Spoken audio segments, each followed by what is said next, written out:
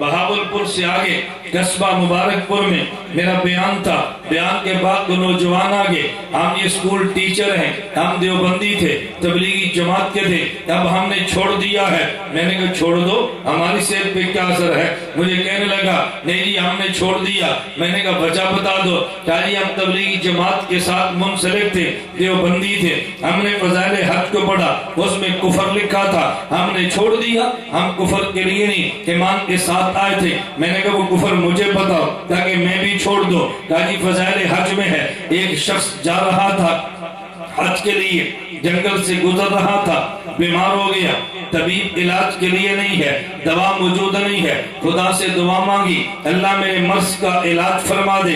ایک شخص نمودار ہوا, اس نے کہا میں فلاں ولی ہوں, میں مر گیا تھا, دنیا سے چلا گیا تھا, مجھے خدا نے بھیجا تیرے علاج کے لیے ہے. کہنے لگا قیامت سے پہلے بندے کا دنیا میں آنا یہ کفر ہے, قرآن کی نص قطعی کے خلاف ہے. شیخ زکریا رحمت اللہ علیہ نے کفر لکھا ہے.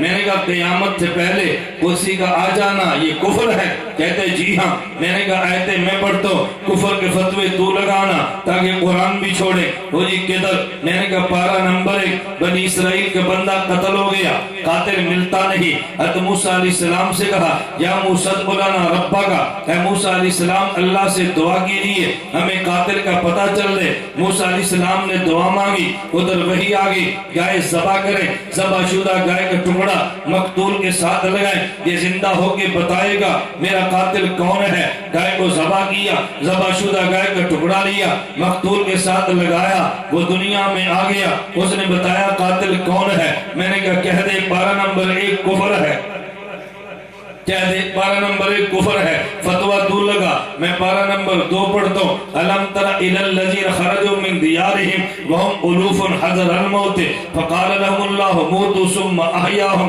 اللہ فرماتے ہیں ایک نہیں, 100 نہیں, 1000 نہیں, ہزاروں کی تعداد میں تھے. حضرت شیخ الحدیث مولانا زکریا نے 1 لکھا ہے, قرآن نے ہزاروں لکھے ہیں, ہزاروں کی تعداد میں تھے. خدا نے موت دے دی ہے, پھر زندگی دے کے دنیا میں لے آئے. میں نے کہا کہہ دے کفر ہے. ہم پارہ نمبر 3 پڑھتے ہیں, کفر کے فتوے تو لگانا تلاوت ہم کرتے ہیں. اگر ایک کا دنیا میں آنا چھوٹا کفر ہے, ہزاروں کا آنا بڑا کفر ہے. میں نے کہا پارہ نمبر 3 ہے, او کالذی مر علی قریہ وہی خاویۃ علی عروشها. غالباً حضرت عزیر, بعض کہتے ہیں کوئی ولی تھے, حضرت عزیر جا رہے تھے, پوچھا اللہ یہ تباہ شدہ بستی کو زندہ کیسے کرے گا؟ فاماتہ اللہ مئۃ عام ثم بعثہ.